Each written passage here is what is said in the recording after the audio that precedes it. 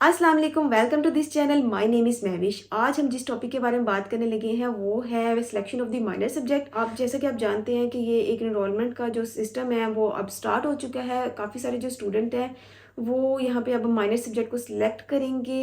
जो सबसे पहले जो डिपार्टमेंट है वो है फूड एंड न्यूट्रिशन का डिपार्टमेंट। ये सबका पसंदीदा डिपार्टमेंट है। जो इस बार सब्जेक्ट ऑफर हुए हैं वो है dietary implication of food commodity. इसके अलावा analytical technique in nutrition, sensory evaluation of food, dietetics and nutritional science, research method in food and nutrition. ये 5 ऐसे सब्जेक्ट हैं जो इस time food and nutrition department आपको ऑफर कर रहा है। ठीक है।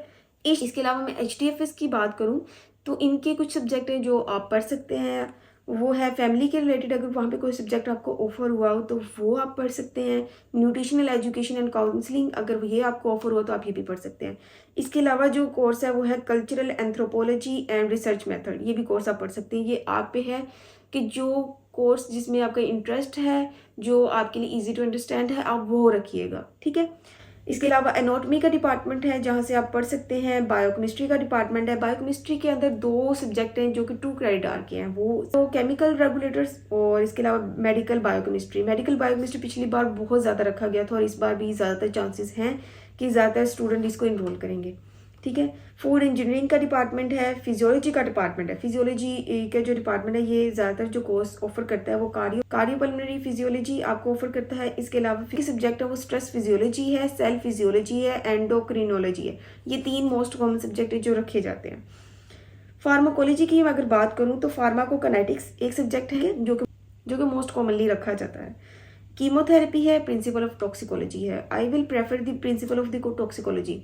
ये इजी टू अंडरस्टैंड है। इसके अलावा जो EPH का डिपार्टमेंट है वो 2 मेन कोर्सेज ऑफर करता है जो कि बहुत ज़्यादा स्टूडेंट इनरोल करते हैं। Public health and nutrition and safety, ये 2 क्रेडिट आवर का है जो कि मोस्ट कॉमनली बच्चे इनरोल करते हैं। रिप्रोडक्टिव हेल्थ मैनेजमेंट, ये 3 क्रेडिट आवर का है। इस बार ये जो 2 कोर्सेज हैं ये विजिटर लेक्चरर आपको कंडक्ट करवाएंगे। ठीक है। माइक्रोबायोलॉजी की बात करें तो यहाँ के भी बहुत ज़्यादा आपको बच्चे देखने को मिलेंगे जो इन बाकी डिपार्टमेंट्स में नहीं जाते, वो माइक्रोबायोलॉजी में चले जाते हैं। एनिमल एंड डेयरी साइंसेज का डिपार्टमेंट है, वहाँ से मिनरल एंड न्यूट्रिशन और विटामिन इन न्यूट्रिशन, ये 2 ऐसे सब्जेक्ट हैं। लेकिन ये आपको सुपरवाइजर आपके इनरोल करने नहीं देंगे क्योंकि आप इनसे बहुत ज़्यादा फेमिलियर, आपने BS में इसका सब्जेक्ट पढ़ चुके हो। इसके अलावा आप चैप्टर के फॉर्म में आपने MSc में भी कहीं ना कहीं ये चीज़ें पढ़ी होंगी। पैथोलॉजी का डिपार्टमेंट है, वहाँ से आप ऑन्कोलॉजी का सब्जेक्ट यानी जो कैंसर रिलेटेड सब्जेक्ट है वो इनरोल कर सकते हो। ठीक है। ये सारी वो डिपार्टमेंट्स थे जो कि जहाँ से आप अपना एज आ जो सब्जेक्ट है वो एज अ माइनर आप चूज़ कर सकते हो। ठीक है। अब यहाँ पे मैं एग्जाम के लिहाज से आपको एक टिप देना चाहूँगी, वो ये है कि जो आप सब्जेक्ट इनरोल कर रहे हैं उसमें कम से कम लैब हों। यानी कि 2 कोर्सेज ऐसे हों जिनकी लैब हो और 2 कोर्सेज ऐसे हों जिनकी सिर्फ थ्योरी हो। उसका बेनिफिट ये होगा कि आपकी टाइम मैनेजमेंट ईजी हो जाएगी। ठीक है।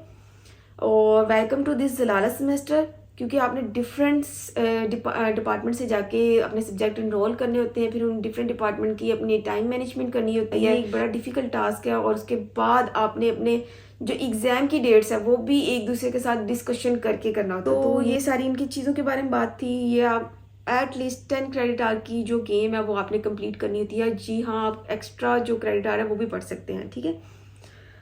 और जो सब्जेक्ट आपको लगता है ना कि आप पढ़ सकते हो, आप कोशिश करें कि आप उन सब्जेक्ट में जाके अपना नाम ज़रूर लिखवाएं कि इससे पहले कि जो उसकी इनरोलमेंट कैपेसिटी है वो कंप्लीट हो जाए। और यहाँ पे जो मेरे डेफिशिएंसी स्टूडेंट है मैं उनको एक टिप देना चाहूँगी कि क्योंकि एक रेगुलर जो स्टूडेंट है वो अपने मेजर को यहाँ पे जो यहाँ पे रेगुलर स्टूडेंट है वो माइनर को यहाँ पे सिलेक्ट करता है, लेकिन जो डेफिशिएंसी स्टूडेंट है वो यहाँ पे अपने मेजर को कंप्लीट करेंगे। मैं उनको प्रेफर यही करूँगी कि वो अपने मेजर को पहले फोकस करें, लेकिन किसी सूरत में वो जो उनके सब्जेक्ट एज अ मेजर जो ऑफर हुए हैं उनमें से 2 सब्जेक्ट फॉर एग्जाम्पल वो उन्होंने पढ़े होते हैं पहले, वो जब कंपल्सरी माइनर के साथ वो 2 सब्जेक्ट थे वो पढ़ चुके हैं और वो दोबारा ऑफर हो जाते हैं। ठीक है। तो वो यहाँ पे कोशिश करें 2 मेजर रख ले और 2 माइनर रख ले। ठीक है। लेकिन वो पहले प्योरिटी ये दे कि यहाँ अपने जो मेजर ऑफर हुए हैं अगर वो उनमें से एक भी नहीं पढ़ा हुआ तो वो चारों मेजर ज़रूर अपने कंप्लीट करें। उसका बेनिफिट ये होगा कि उनको बाद में कोई प्रॉब्लम फेस नहीं करनी पड़ेगी। ठीक है। टाइम के लिहाज से, एग्जाम के लिहाज से या कोई और वजह के लिहाज से उनको ये प्रॉब्लम फेस नहीं करनी पड़ेगी। ठीक है। Thanks for watching. अल्लाह हाफिज़।